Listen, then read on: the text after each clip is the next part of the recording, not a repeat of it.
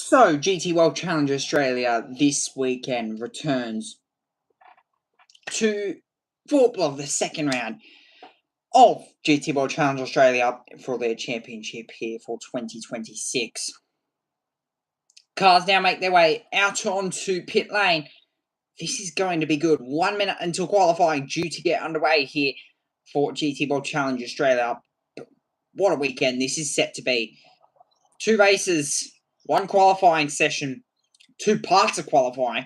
This is going to be good. This is going to be very, very good. Of course, this streamed a couple hours after the Porsche Michelin GT3 Cup series. So the track is bone dry, and we're back on the slick Pirelli tyres, laying down that slick Pirelli rubber. This is going to be an enthralling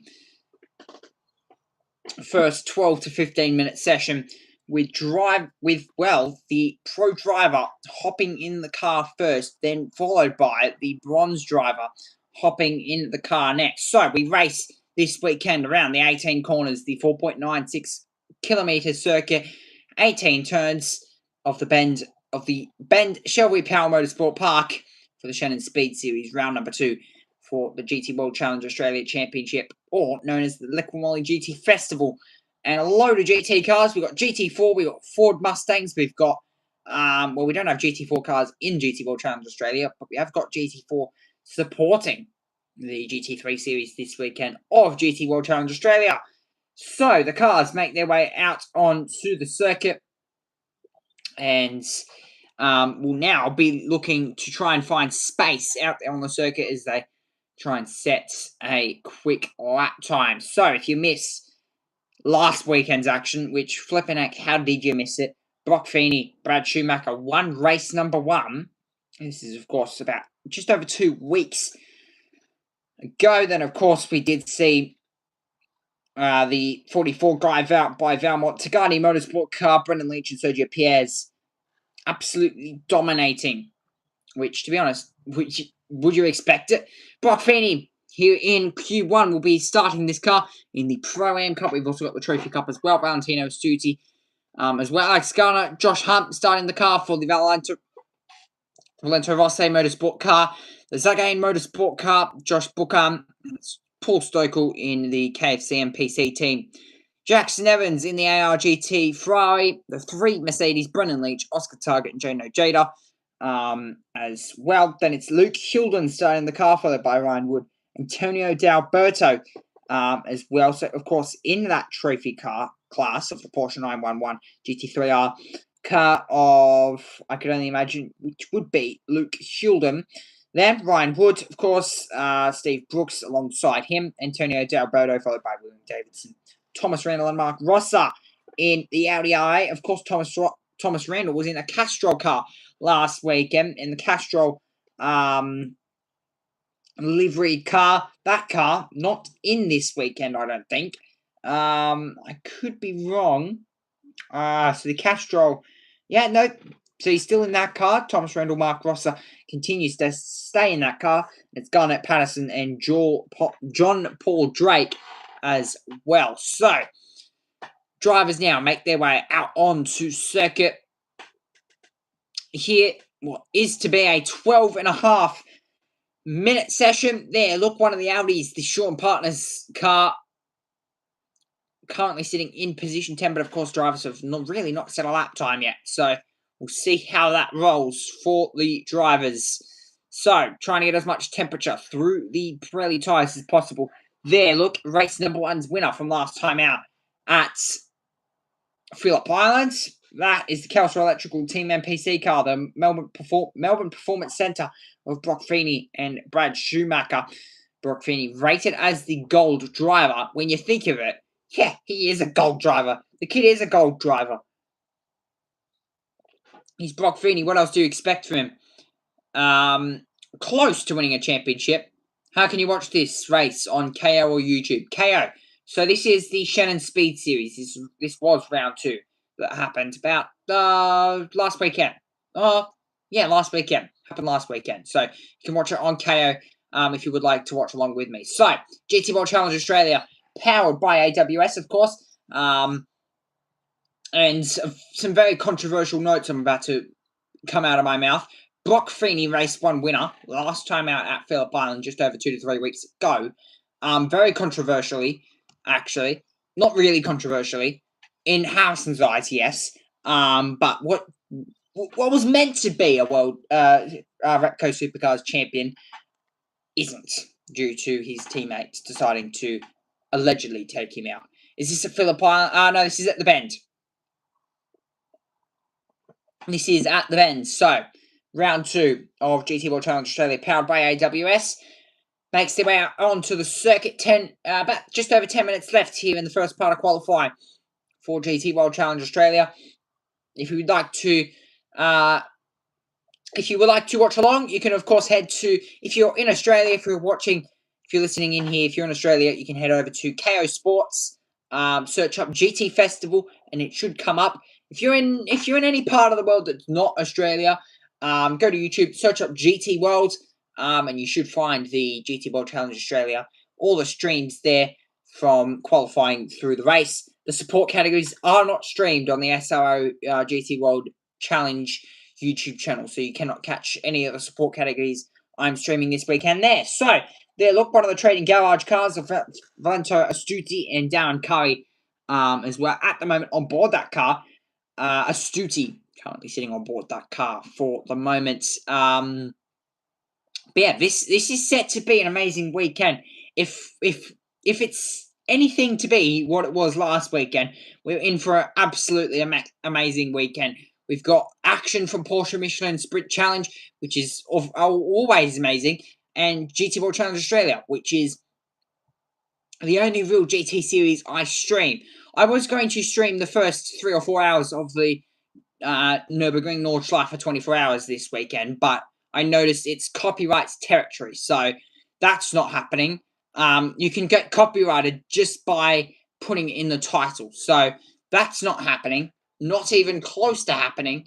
And you know how I know that? I didn't even search it up on Google this time. I searched it up on the Nürburgring website, the copyright trademark site. So that's how I know. That's how I know that. So yeah, Nürburgring Nordschleife 24 hours is not going to be streamed this weekend, not from here at least. So here, look, Brock Feeney making his run through as he tries to put the Pirellis into an optimum temperature range. That is really what is to be wanted out of these tyres, an optimum temperature range at the moment. The reigning champions as well of GT World Challenge Australia. Next time out, of course, I know we've just literally started the weekend as one of the ARGT cars almost swerving into the path of Brock Feeney as he tried to get his lap underway. But of course, next time out, GT World Challenge Australia goes off to support the Repco Supercars Championship. So yeah, next time out, the Shannon Speed Series, or more or less the GT World Challenge Australia, goes off to support the Repco Supercars Championship. That is, of course, for round 3, but it's not a part of the Shannon Speed Series. The Shannon Speed Series, next time out, will be heading off to. I'm not sure where the Shannon Speed Series heads off to next time out. It's either Sydney Motorsport Park or it is could be Winton. Not sure. But yeah, here look, Luke Gilden in the trophy class. This man, so close to actually topping the trophy class last time out. He got so close. This Porsche Flat 6 car seems to have good pace come qualifying. The race car, though, just doesn't seem to suit Luke Hilden. 146.9, the time there to beat there from Luke Hilden.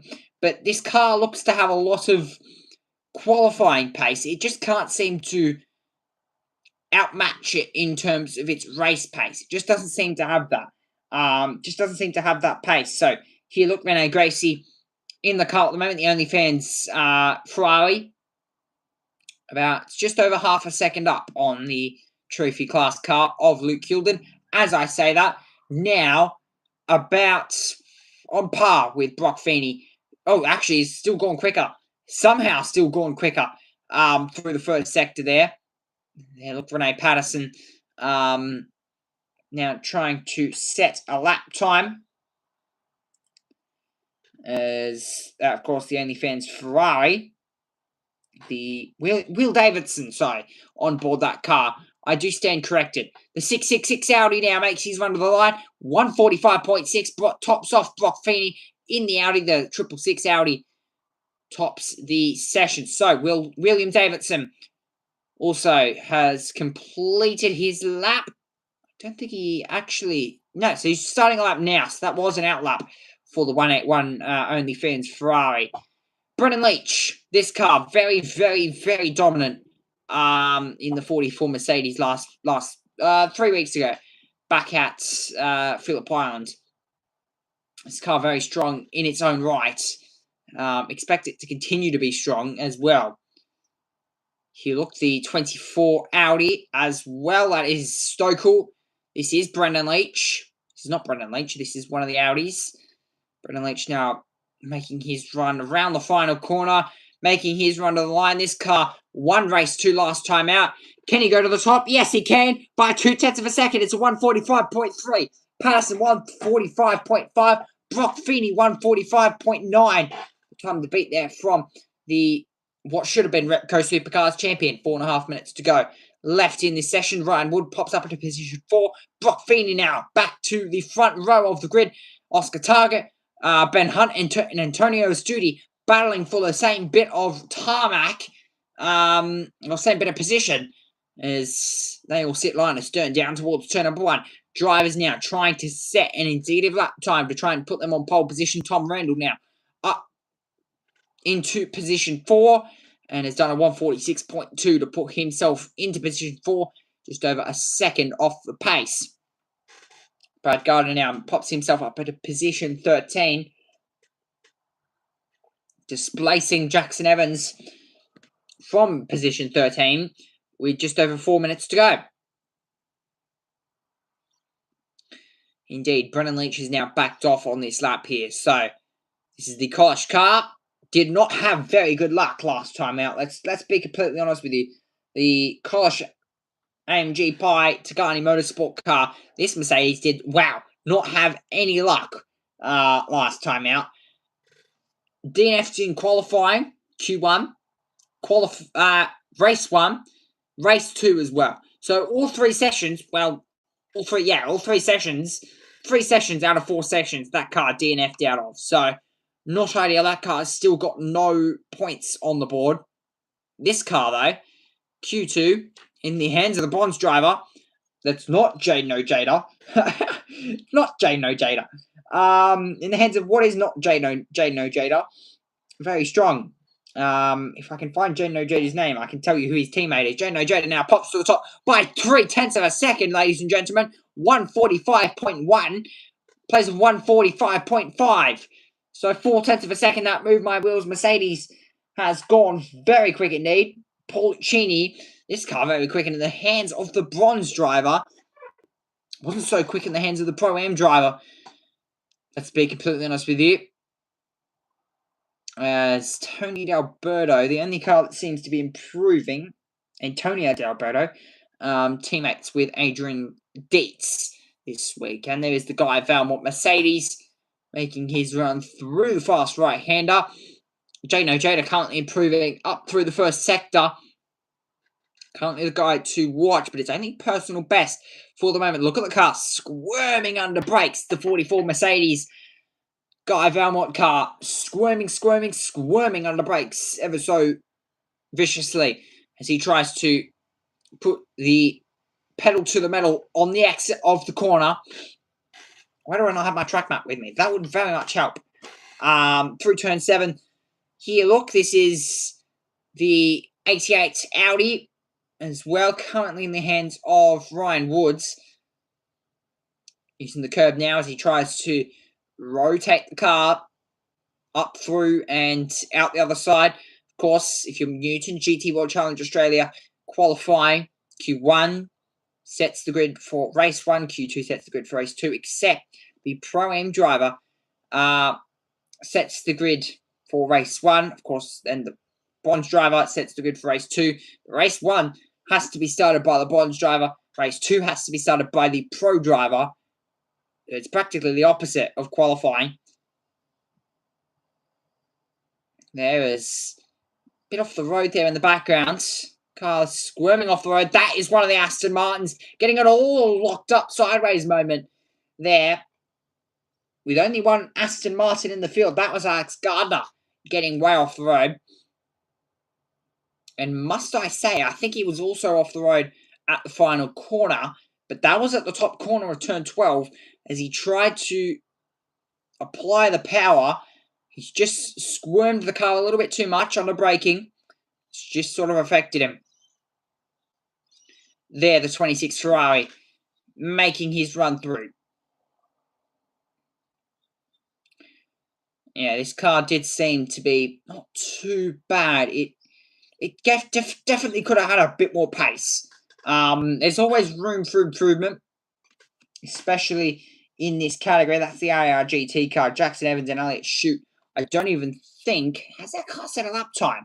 It has. So Jackson Evans has set a lap time, but he's down in position 10 for the moment. So not ideal in the brightest of minds. There, look, the Lento Rossi car. Checkered flag waves. Cars pulling into pit lane. One of the Lamborghinis, the only Lamborghini in the grids, of Adrian Dietz now crossing the line as he finishes his lap time. This is the guy Valmont by Tagani Motorsport car also pulls into pit road. Does the Audi in the background do? Yes. Does the Mercedes? Yes. Everybody pulls in.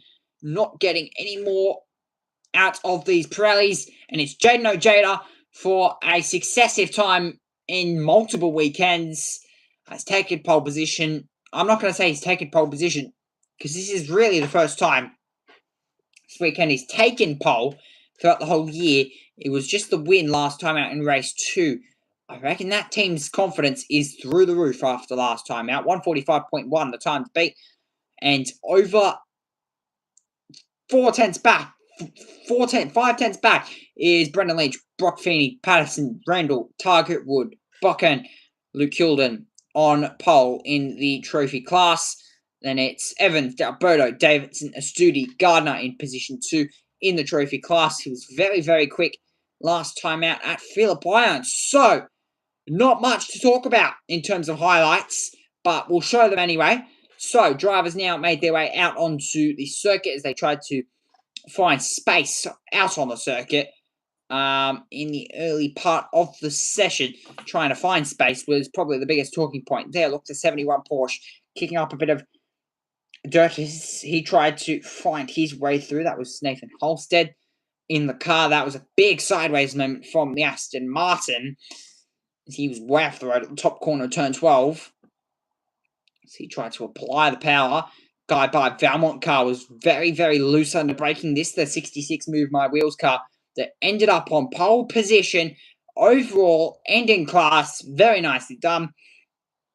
66, Jaden Ojeda and Pollicini car. Pollicini, of course, will be jumping in that car. But the thing is, can that car go back to back? You've got to think Pollicini in Q2 last time out at Phillip Island was very strong. There, look, Jaden Ojeda sitting on the side, possibly updating his teammate of Pollicini with the track conditions, if there's any wind, if there's any dust on the circuit, if there's any oil on the racing line, anything like that. The team/drivers will be updated of that. Very much will be updated of that as we now get ready for the second part of qualifying here for GT World Challenge Australia.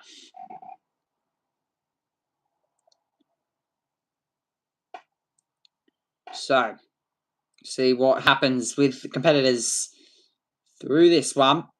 Here, look, Luke Hilden debriefing with the team as they get ready for what will be an exciting Q2, of course. Luke Hilden sharing that car with Nathan Halstead in the Porsche 911 GT3. And Will Davison sharing with Rene Gracie in the Rene Gracie Ferrari. More or less owned by Rene Gracie, let's be completely honest with you. There's Ryan Wood as well. Tom Randall as well, as we look through all of the supercar stars in the paddock this weekend for GT World Challenge Australia. It's very good to see. There is the 71 Porsche that topped in the trophy class. Can he do that again? That, though, is the big question. In that car now, Nathan Holstead. The Nathan Holstead team runs his own team and drives his own car. So, flipping heck, if he ruins the car, then that'd be a big problem. So, 15 minutes on the clock, and we're back to green flag.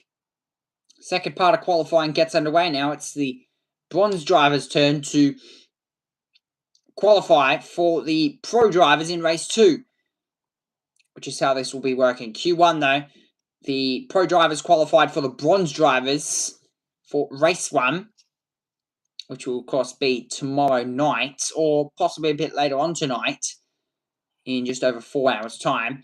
They would have qualified for that. And then, of course, race 2 would have been bronze drivers will qualify for the gold or pro rated drivers in this case. So, they looked at Castro. Audi was in a bit of drama last time out, especially in race 1, as, my lord, the timing screens have just had a good old glitch moment and have lit up all purple. So, that's a sight for sore eyes. Completely lit up with purple. Just over 13 and a half minutes to go. You can see the clouds continuing to loom, but there's still water on the circuit as well from the rain, the dump of rain that we saw from Porsche Michelin Sprint Challenge. But since then, the track has progressively dried up and progressively more rubbered in, practically back to the state it was before the rain came down, quite interestingly. So, track's still a little bit damp offline, maybe a bit dusty. When dust and dirt go together, and dust and water go together, it's like mud.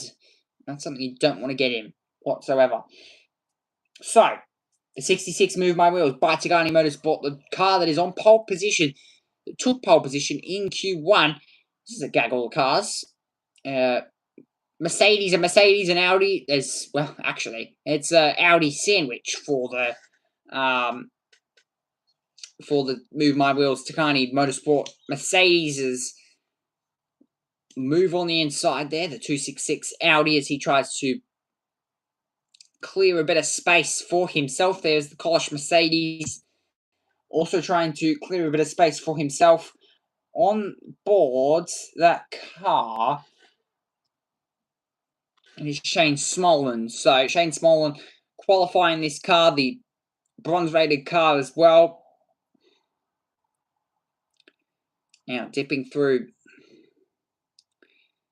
the turn 6 hairpin.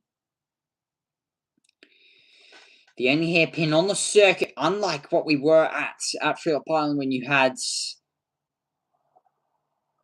Castrol Corner, more or less. If that's what you want to call it, then that's what you can call it. So the circuit completely different compared to Phillip Island. Yes, it has the feature that it's very spread out. You have a lot of tarmac to use, a lot of tarmac to lay rubber down on, but when you hit the barrier and you hit it hard. So you've got to be careful of that as well. There, the Move My Wheels Mercedes, Pulcini and Jay No Jada sharing that car, but at the moment it is Paul Lucchini. If you think back to just over 2 or 3 weeks ago, this car qualified himself on pole position. Thing is, can he do it again? Can Paul Lucchini put it for a back-to-back bronze pole?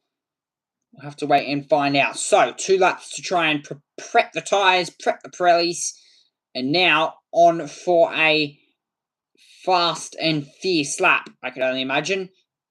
Some drivers decide 3 laps, some drivers decide 2 laps, depending on how quickly these Pirellis get to temperature. Of course, unlike the American and European series, there are no tyre warmers in this championship, so you don't get that. You don't get the feeling of warm rubber until you actually, physically weave left, right, weave left again, and really put temperature through the tyres again. So, don't really get that feeling.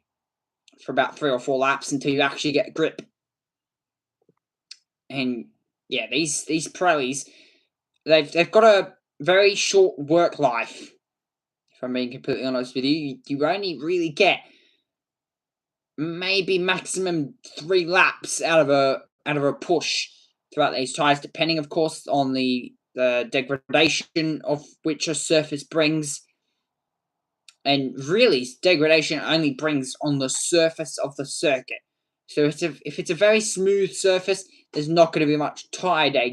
If it's a very rough, bumpy surface, you will tend to get a lot of degradation. This circuit, in terms of the curbs, in terms of the surface of the circuit, it's more or less a smooth sort of tarmac, so you don't really get that much tire degradation around here. So it's a very low tire deg circuit. Yes, you've got high speed corners. Yes, that's the almost prone key to tire wearing.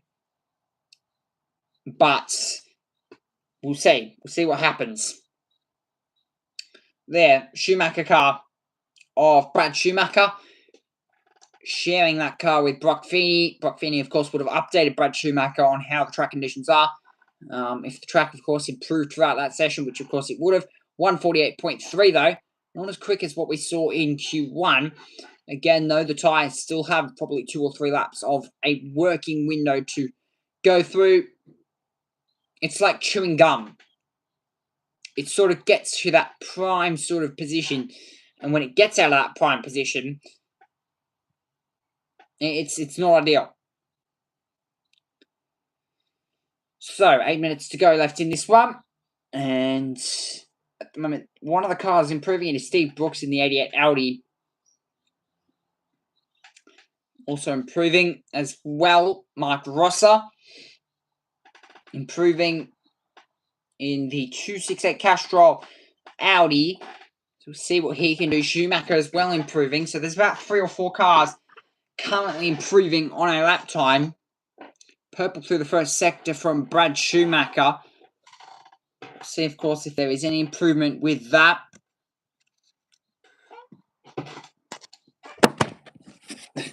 At the moment, purple through the first sector. See if that changes for Brad. Yes, no, it doesn't. So he's actually surprisingly quick through that first sector there, Brad Schumacher.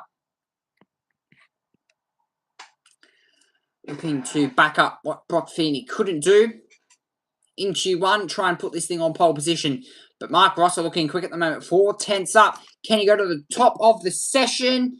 It is a 147.8. Mark Rosser very nicely done. Shane Small in position 3. Paul Cini in position 3. And now Pierre's up into position 2 with 6 minutes and 55 seconds to go. It's now rush hour. Schumacher back up into position 2. And now the field calms down again. And you go for another lap. Cars not so much improving. Stupas in the 24 car. Not so much improving for the moment. That's the KFC Team NPC car of Matthew Stupas. Currently sitting at the top in the trophy class. Watch out, though, for Nathan Holstead. That Porsche looked quick. That Porsche looked quick in the hands of Luke Kilden. So see if Nathan Holstead can back that up for the team. See if that is, of course, possible. Nathan Holstead not improving. He stays P16 there. But this number 1 Audi being pushed to its limits. Is that working window possibly a little bit smaller than what we expected? Or is it just the track possibly with not much UV on it? Maybe it's yes. No UV. You'd think the track is probably better with no UV on it. And consistently Pirelli rubber going down on it. You'd think the track would only get better. But Brad Schumacher, as I say that, purple through the second sector. This might become a pretty good lap. Let's be completely honest with you. Purple through the second sector now. Engineers looking on. Brock Feeney as well looking on in the Red Bull colours. There in the background. Purple through the second sector. Really spinning good enough. Mark Rosser now goes to the top of the session. Pierre's back to the top with a purple third sector. Can Brad Schumacher knock that off? No, he can't, with 5 minutes to go. Yeah, this is the definition of happy hour. Let's be completely honest with you. Brad Schumacher, second spot now. Shane Smolin goes from provisional pole in the 56 move my wheel. The Kosh AMG down to P5 in a matter of seconds. Guy Valmont 44 Mercedes. 268 Audi at the moment looking very quick as well. Purple through the first sector. Well, Schumacher's lap possibly a 75% lap, trying to save some of the rubber underneath him. Schumacher now is pushing. Purple through the first sector. He's faster than anyone out there. That is going to be an absolute stonking time. The 268 Audi, though, the Castrol Mustang. Sorry, not the Castrol Mustang, the Castrol Audi. Looking very quick. Schumacher's half a second up through the first sector. That car is flying at the moment. Look here, this is the Audi making its run through. Dropping down through 14, 15, 16. The kink in the road now down towards turn 17. Schumacher not improving. Is Rosser improving? No, he's not. Rosser is not improving. Schumacher he's lost all that time through the second sector. So the tyres now are falling off at the back end of the session. Can the 268 Audi of Rosser go to the top of the session? No, he cannot. Can Schumacher go to the top of the session, though? He's rounding his way out of the final corner. Big sideways moment, actually. This might not put him on pole. Second spot, and it's 147.3. He was 0.01 of a second off pole. Wow. Schumacher, position 2 at the moment. There, the guy, Valmont, Mercedes, in position 1 for the moment. 2 minutes, 55 seconds to go. At the moment, Supers, the trophy class, is absolutely being bombarded with personal best sectors. Porter's gone to the top in the trophy class. Holstead definitely not getting the pace out of that Porsche that we probably would have expected him to. He's currently down in position 16. Porter sitting at the top in the trophy class. So again, that Aston Martin in the hands of the bronze driver just seems to be a little bit quicker. Yeah, the Audi just, the Audi definitely struggling in the trophy class at the moment. As I say that Audi improves through the first sector and looks to actually knock off in the trophy class.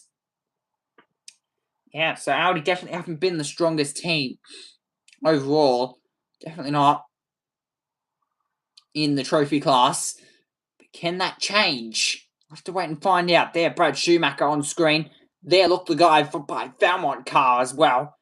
Currently sitting at the top of the session. Not improving.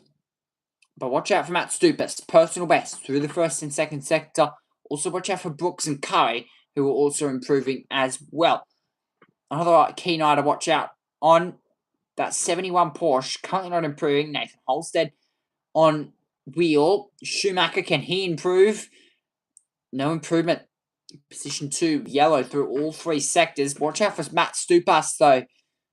Possibly looking to go to the top in the trophy class. There, look, Brock Feeney on screen. Drake just crossed the line in the 666 Audi as well. No improvement. Stupas goes to the top of the trophy class. Very nicely done, and it's back to pole position overall in class.